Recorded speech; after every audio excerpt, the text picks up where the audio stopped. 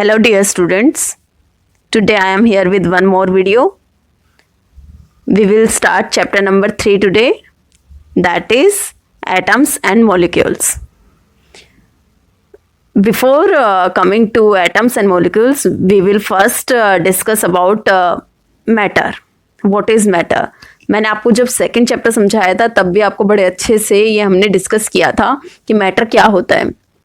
ठीक है, यहाँ आज मैं फिर आपको एक बार रिवाइज करा देती हूँ वो, ताकि आपको जब नेक्स्ट कॉन्सेप्ट्स हम डिस्कस करेंगे उसमें कोई प्रॉब्लम ना हो. ठीक है, तो बेटा मैटर की जब हम बात करते हैं, आपको पता है everything that surrounds you is made up of matter. चाहे यहाँ पे आप देखो, चाहे जिस कुर्सी पे आप बैठे हो, वो चेयर भी किसकी बनी है? मैटर की. आप बैठे हो, आप खुद भी किससे बने हो? मैटर से. यस, आपके हाथ में कोई फ़ोन है, ये फ़ोन भी किससे बना है? मैटर से. आसपास हवा है, ये भी किससे बनी है? मैटर से. ठीक है, तो हर एक चीज़ किससे बनी होती है? मैटर से. ये चीज़ आपको क्लियर होनी चाहिए. मैटर की आपको मैंने डेफिनेशन भी तब आपको बताई थी अच्छे से. Every substance which has mass and occupy some space is known as matter.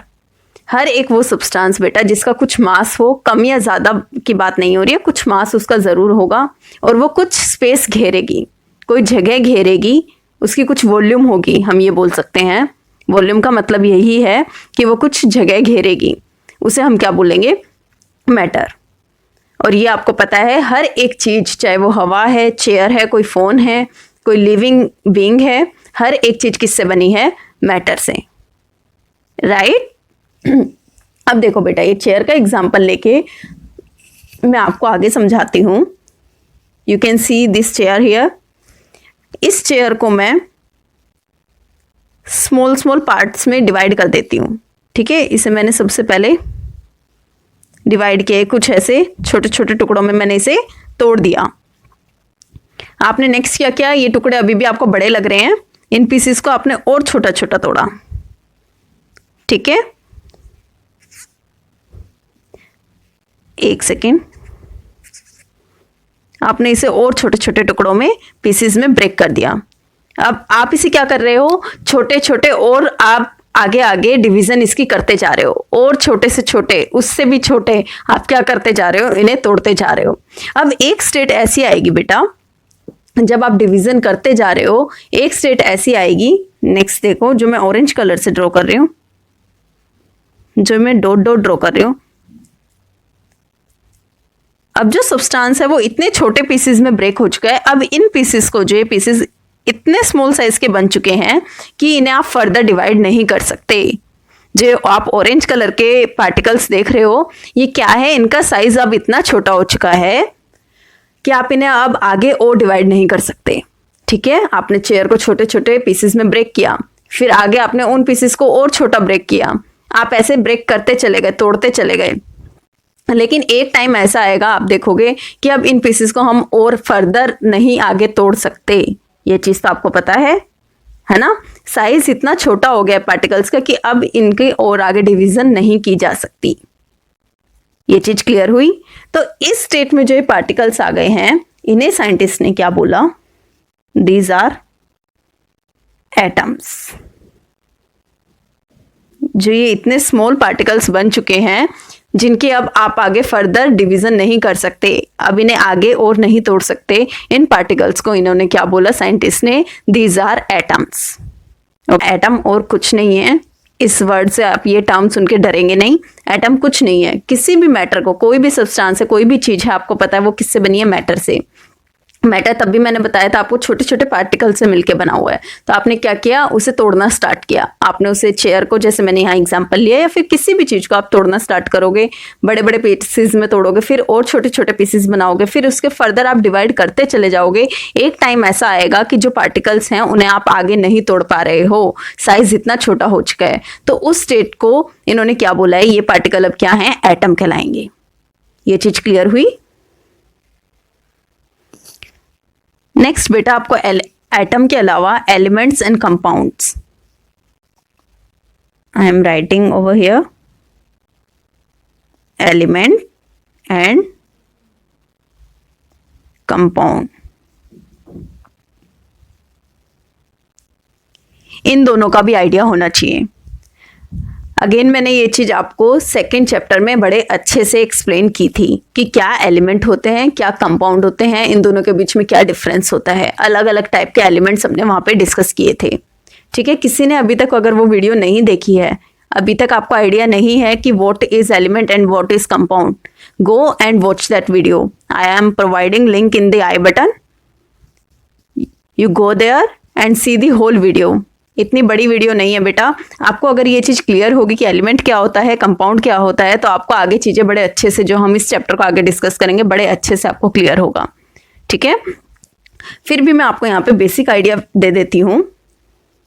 Element and atom, ये देखो बेटा, आपको element, compound, atom and molecule, ये 4 टर्म्स आपको बार बार सुनने को मिलेंगे जब भी आप केमिस्ट्री के चैप्टर्स पढ़ रहे होंगे।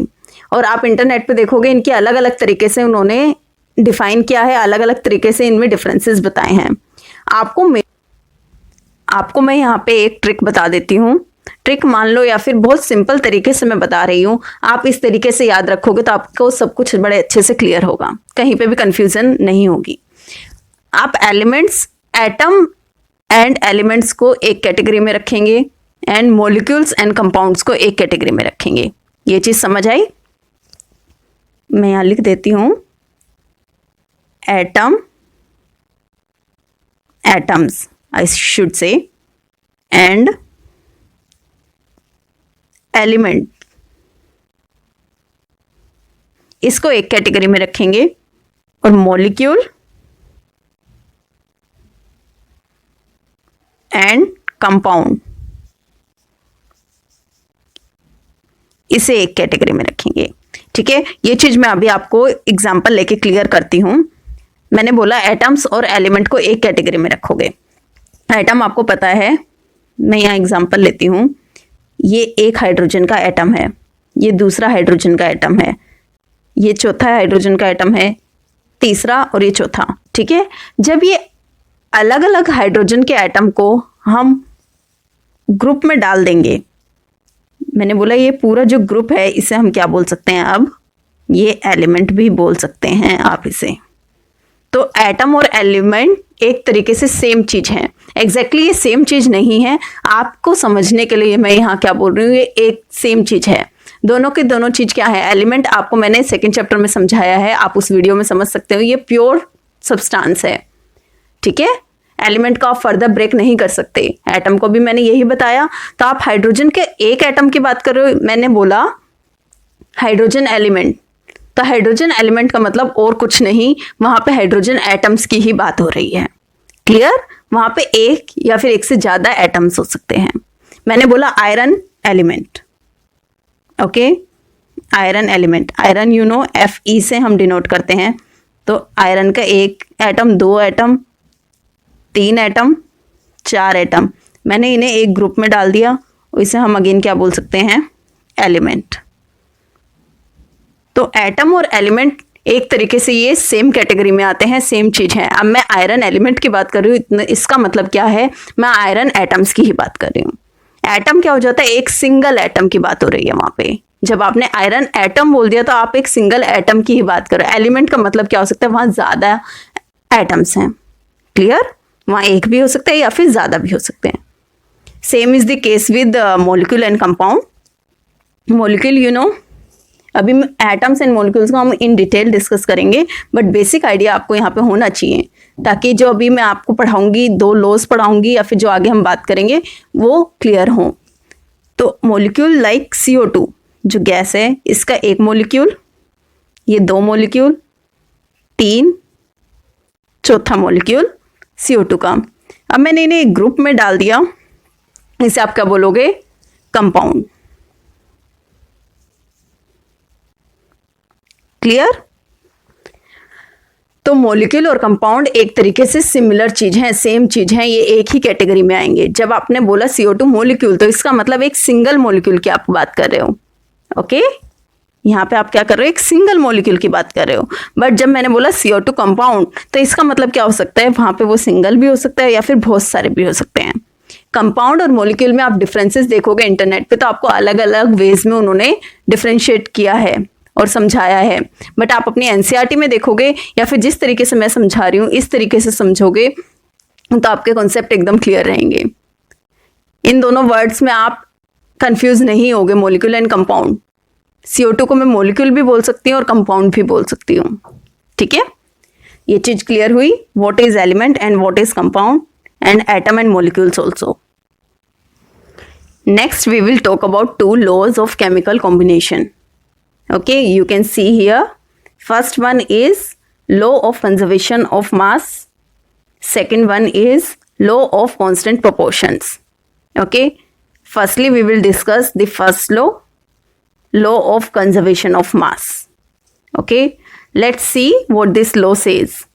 ये law क्या कहता है पहले ये देख लेते हैं। This law says law of conservation of mass states that mass can neither be created nor destroyed in a chemical reaction. एक केमिकल रिएक्शन में जो मास होता है वो ना तो कम होता है, डिस्ट्रॉय मतलब कुछ खत्म होके कम होगा, और ना ही क्रिएट होता है ज़्यादा होगा।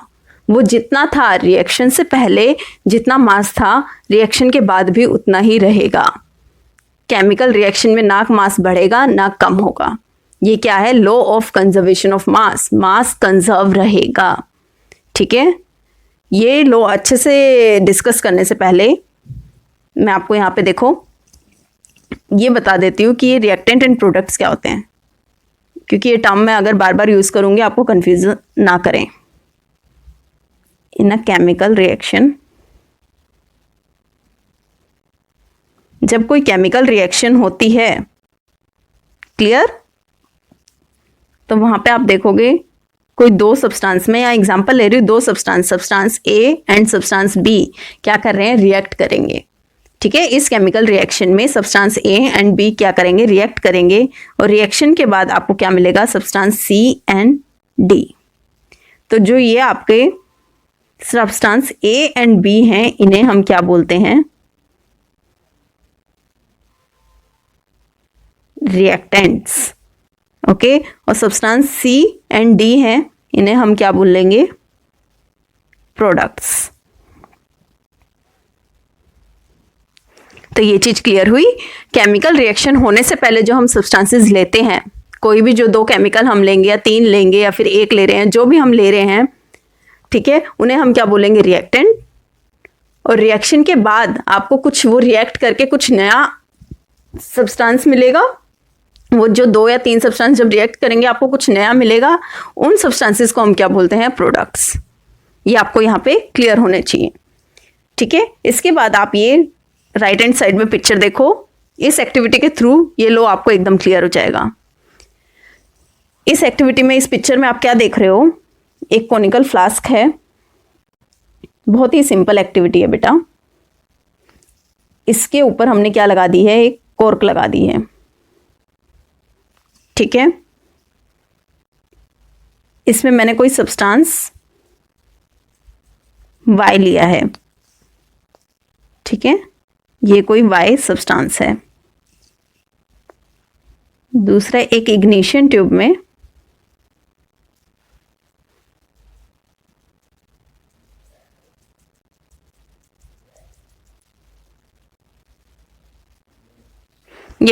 इस इग्निशन ट्यूब में मैंने क्या लिया है? कोई सब्सटेंस X लिया है। यहाँ पे आपको राइट हैंड साइड में क्लियरली दिख रहा है। आपने कॉनिकल फ्लास्क में कोई सब्सटेंस Y लिया है और इग्निशन ट्यूब में क्या लिया है? कोई सब्सटेंस X लिया है। दोनों सब्सटेंसेस अभी मिक्स नहीं हो रहे हैं, अलग अलग है। सब्सटेंस X ट्यूब में अलग है और जो सब्सटेंस Y है वो कॉनिकल फ्लास्क में अलग है।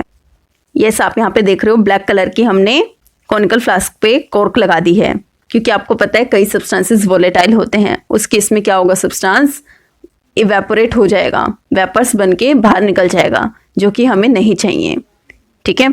तो अब आपने क्या देखा? पहले दोनों सब्सटेंसेस अलग अलग हैं। आप क्या करोगे? इस पूरे का वेट करोगे, ठीक है। देखोगे कि टोटल मास कितना है सब्सटेंस X, पूरे इस कॉनिकल फ्लास्क का वेट करोगे, ठीक है। मास देखोगे कि टोटल मास कितना है। अब आप इस फ्लास्क को इस तरीके से टिल्ट करोगे या फिर हिलाओगे, जो ये आपके इग्निशन ट्यूब ली है आपने, ये वाला जो कंटेंट है इसमें सब्सटेंस एक्स, ये क्या हो, वाई में मिक्स हो जाए। ये दोनों मिक्स होंगे तो आपको पता है कोई केमिकल रिएक्शन होगी, कुछ न्यू सब्सटेंस बनेगा जिसे आपको पता है आप क्या बोलोगे, प्रोडक्ट। अभी ये क्या है, एक्स एंड वाई रिएक्टेंट है, रिएक्ट करके क्या बनाएंगे, प्रोडक्ट बनाएंगे। ठीक है, रिएक्शन के बाद अब आप क्या करोगे, अगेन इनका मास मेजर करोगे। जो आपके प्रोडक्ट बनेंगे आप इसे दोबारा वेइंग मशीन पे रखोगे और देखोगे कि अब इनका टोटल मास कितना है। जो भी प्रोडक्ट बना है आफ्टर रिएक्शन अब टोटल मास कितना है। तो आप क्या देखोगे, फाइनली दोनों के दोनों, जो आपने पहले मास कैलकुलेट किया था, मेजर किया था, और अब जो आपने मास देखा है, दोनों के दोनों आपको इक्वल मिलेंगे। So this is what law of conservation of mass says, कि आपका केमिकल रिएक्शन में ना तो मास कम होगा ना ज्यादा होगा। ठीक है, ये एज इट इज रहेगा। This law is clear to all of you? Yes. Next we will talk about second law, law of constant proportions. See, in a chemical substance, the elements are always present in definite proportions by mass.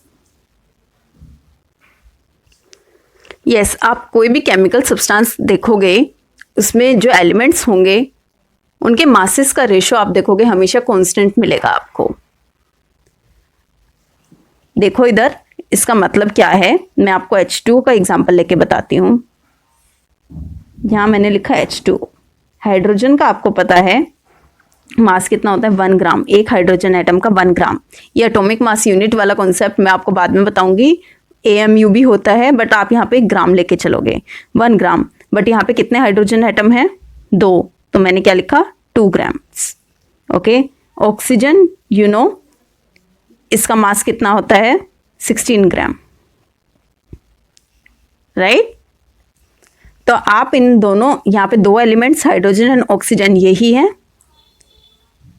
यहाँ पे आप देखोगे hydrogen ratio oxygen, इन दोनों के masses का अगर मैं ratio लूँ, रेशियो मीन्स यही होता है। तो आपने हाइड्रोजन का कितना लिया, 2 ग्राम, एंड ऑक्सीजन का 16 ग्राम। आप मैथ्स में क्या करते हो, इसे कट कर दोगे और ये कितना हो जाएगा, 1:8। यस, आप इसे ऐसे भी लिख सकते हो, let me change the colour. Yes, इसे आप क्या लिख सकते हो, 1:8। ओके, तो जब भी आप वाटर को देखोगे, चाहे वाटर किसी ने भी प्रिपेयर किया है, किसी भी लैब में प्रिपेयर किया गया है, या फिर आपने कहीं से भी वाटर कलेक्ट किया है, कोई साइट ए से, साइट बी से, साइट सी, किसी भी जगह से आप वाटर लेके आओगे, या फिर किसी भी साइंटिस्ट ने उसे प्रिपेयर किया है, किसी भी लैब में प्रिपेयर किया गया है, आप हमेशा क्या देखोगे, इसमें जो 2 एलिमेंट्स हैं हाइड्रोजन एंड ऑक्सीजन, इनके मासेस का रेशियो हमेशा आपको सेम मिलेगा, कांस्टेंट रहेगा, ये 1:8।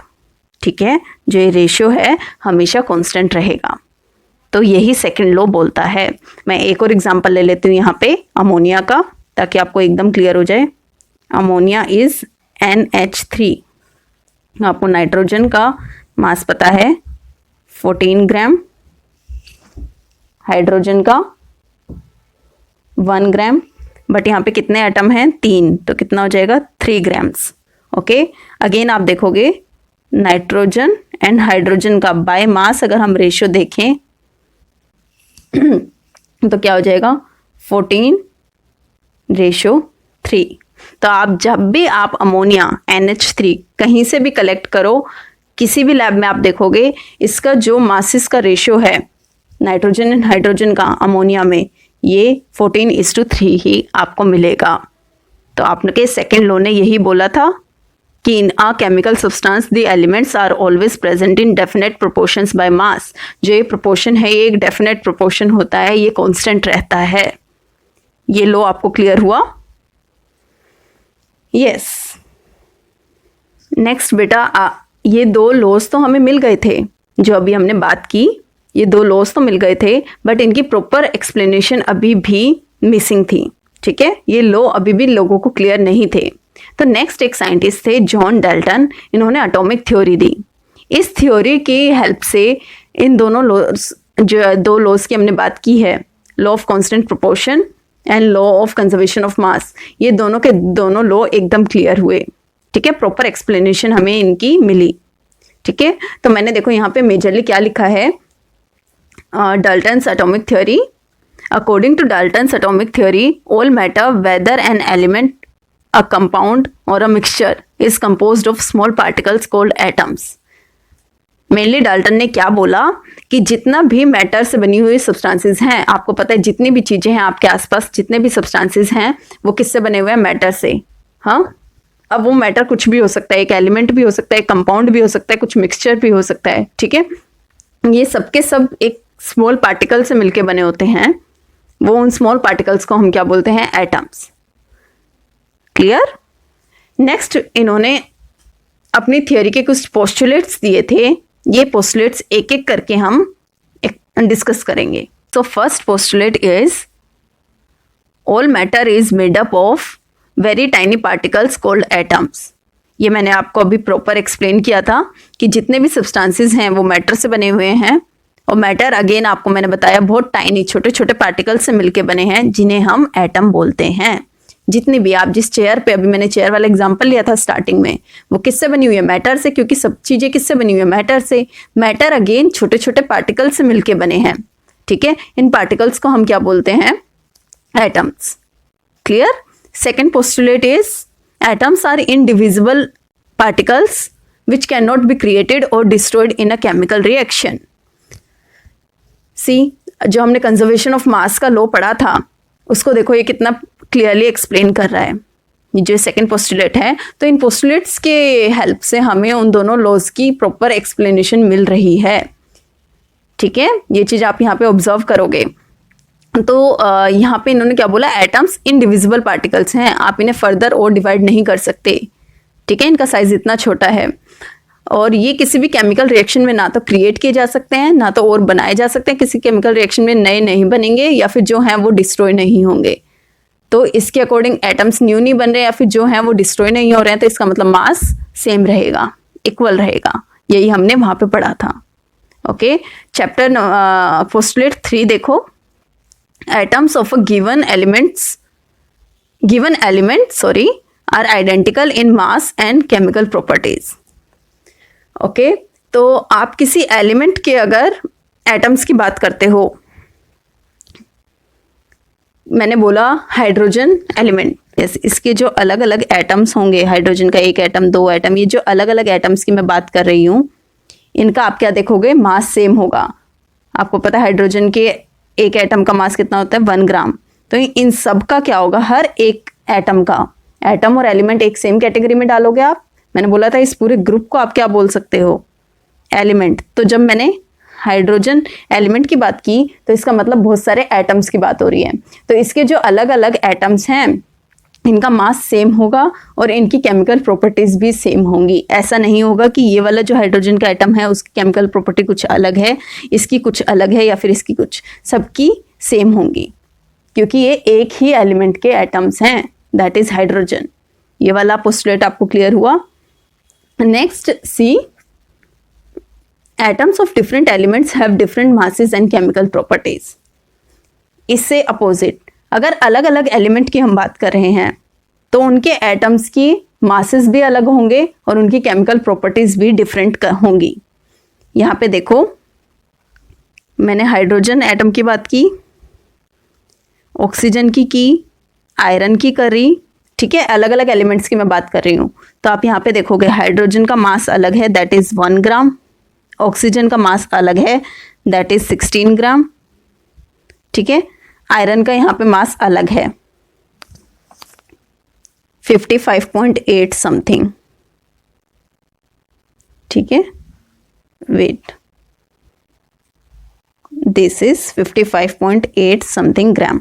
ठीक है, तो आप देख रहे हो अलग अलग एलिमेंट्स के अगर एटम्स की बात कर रहे हैं, यहाँ पे हाइड्रोजन अलग एलिमेंट है, ऑक्सीजन अलग और आयरन अलग, तो इनके मास भी अलग हैं, इनकी प्रॉपर्टीज भी अलग होंगी। जो केमिकल प्रॉपर्टीज होंगी, हाइड्रोजन और ऑक्सीजन आपको पता है गैसियस फॉर्म में मिलेंगी आपको, आयरन आपको सॉलिड फॉर्म में मिलता है मेनली। ठीक है, इनकी प्रॉपर्टीज एंटायरली डिफर करेंगी। ठीक है, नेक्स्ट पोस्टुलेट देखो बेटा, atoms combine in the ratio of small whole numbers to form compounds. जो एटम्स कंबाइन होके आपको पता है क्या बनाएंगे, कंपाउंड बनाएंगे, या फिर आप जिसे मॉलिक्यूल बोलते हो, एक होगा तो मॉलिक्यूल, ज्यादा होंगे तो उसके पूरे ग्रुप को हम कंपाउंड बोल देते हैं। ठीक है, तो उसमें जो एटम्स कंबाइन होंगे, लाइक अभी हमने अमोनिया का एग्जांपल लिया था, let me take that example again, NH3। तो यहाँ पे आपको कौन से दो एटम्स या फिर एलिमेंट नजर आ रहे हैं, नाइट्रोजन एंड हाइड्रोजन। ये कितने हैं, नाइट्रोजन 1 है, हाइड्रोजन कितने हैं, 3। तो ये हमेशा आपको होल नंबर में नजर आएंगे, स्मॉल होल नंबर। ऐसा नहीं होगा कि हाफ नाइट्रोजन या फिर 1.5 नाइट्रोजन। ओके, ये हमेशा आपको होल नंबर में मिलेंगे। क्लियर। 6th पोस्टुलेट आप देखो, last one, the relative number and kinds of atoms are constant in a given compound. जो मैंने आपको अभी पहले भी बताया, एक कोई कंपाउंड है, उसमें जो एटम्स जिस तरीके के मिलेंगे या फिर कितने मिलेंगे वो कांस्टेंट रहता है। आप H2O का एग्जांपल ले लो अगेन। H2O में आप देखोगे हमेशा आपको 2 ही एलिमेंट मिलेंगे, nitrogen, hydrogen sorry, and oxygen. ऐसा नहीं है कि वाटर में आपको नाइट्रोजन भी मिल जाएगा, no, this is not the case. आपको ओनली 2 ही एटम्स या फिर 2 ही एलिमेंट मिलेंगे, हाइड्रोजन एंड ऑक्सीजन, और ये इनका जो नंबर है ये भी सेम रहेगा कि ये 2, सॉरी ये आपको नज़र नहीं आ रहा होगा यहाँ पे, ये 2 और ये 1। ठीक है, this is what your 6th postulate is saying here. So this is all about Dalton's theory. ठीक है, Dalton's atomic theory. Let's quickly revise what all we have discussed today. Just a minute. Yes, we started from matter. हर एक चीज किससे बनी होती है, matter से। Matter आपको पता है छोटे छोटे पार्टिकल से मिलके बना है, वो हमने देखा था, एटम्स कहलाते हैं।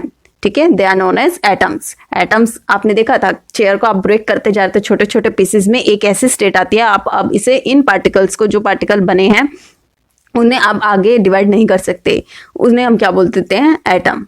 ठीक है, उसके बाद हमने एलिमेंट एंड कंपाउंड भी डिस्कस किए थे। नेक्स्ट हमने बात की थी लॉज ऑफ केमिकल कॉम्बिनेशन। जब केमिकल कॉम्बिनेशन, केमिकल रिएक्शन होती है, उससे रिलेटेड 2 लॉज थे। मेन काफ़ी लॉज होते हैं बेटा, लेकिन मेन 2 ही लॉ की हमने यहाँ पे बात की है। फर्स्ट लॉ है law of conservation of mass, कि आपका मास कंजर्व रहेगा। ठीक है, रिएक्शन से पहले और रिएक्शन के बाद। रिएक्शन से पहले जो रिएक्टेंट्स का मास है और रिएक्शन के बाद जो प्रोडक्ट्स का मास है वो सेम होगा। ठीक है, ना तो मास बढ़ेगा ना मास कम होगा। सेकेंड लॉ क्या बोल रहा था, लॉ ऑफ कांस्टेंट प्रोपोर्शंस। अगर बाय मास आप एलिमेंट्स का जो केमिकल सब्सटेंस है, बाय मास अगर उनका रेशो देखते हो, NH3 में हमने देखा नाइट्रोजन का 14 ग्राम, हाइड्रोजन का 3 ग्राम, क्योंकि 3 एटम है तो 14:3। आपको हर जगह कहीं से भी आप अमोनिया ले लो वो आपको सेम मिलेगा, 14:3। ठीक है, ये आपका सेकेंड लॉ ने बोला था, मतलब सेकेंड लॉ ये एक्सप्लेन कर रहा था। लास्ट में हमने बात की डाल्टन्स एटॉमिक थ्योरी की। डाल्टन एटॉमिक थ्योरी की हेल्प से हमें ये जो 2 लॉ की बात की थी हमने, इनकी क्लियर पिक्चर, एकदम प्रॉपर एक्सप्लेनेशन मिली। ठीक है, इसके हमने अलग अलग पोस्टुलेट्स की लास्ट में बात की है, जो हमने 6 पोस्टुलेट्स डिस्कस किए। ठीक है, कि हर एक मैटर आपको छोटे छोटे पार्टिकल से बना होता है, ये इनडिविजिबल पार्टिकल होते हैं, आप इन्हें फर्दर डिवाइड नहीं कर सकते। एलिमेंट जो होता है, किसी एक सेम एलिमेंट के एटम्स देखोगे आप तो उनकी सेम प्रॉपर्टीज होंगी, सेम मास होंगे, बट डिफरेंट एलिमेंट्स के जब एटम्स की हम बात करते हैं तो उनका मासेस भी अलग होंगे, उनकी फिजिकल केमिकल प्रॉपर्टीज भी अलग होंगी। ठीक है, लास्ट 2 पोस्टुलेट्स में बात की थी, वही रेशियो वाली जो आपका लॉ ऑफ कांस्टेंट प्रोपोर्शन ने बोला, उनकी एक्सप्लेनेशन दे रहे हैं लास्ट वाले 2 पोस्टुलेट्स आपको। ठीक है, so this is all for today. I hope जिस तरीके से मैंने आपको ये सारी चीज़ें, आज अलग अलग टॉपिक हमने डिस्कस किए हैं या फिर समझाई हैं, आपको बड़े अच्छे से समझ आई हैं, आपके कॉन्सेप्ट्स क्लियर हुए। Okay, so I request you to please like this video, share this video with your friends, and also subscribe to my channel. Thank you.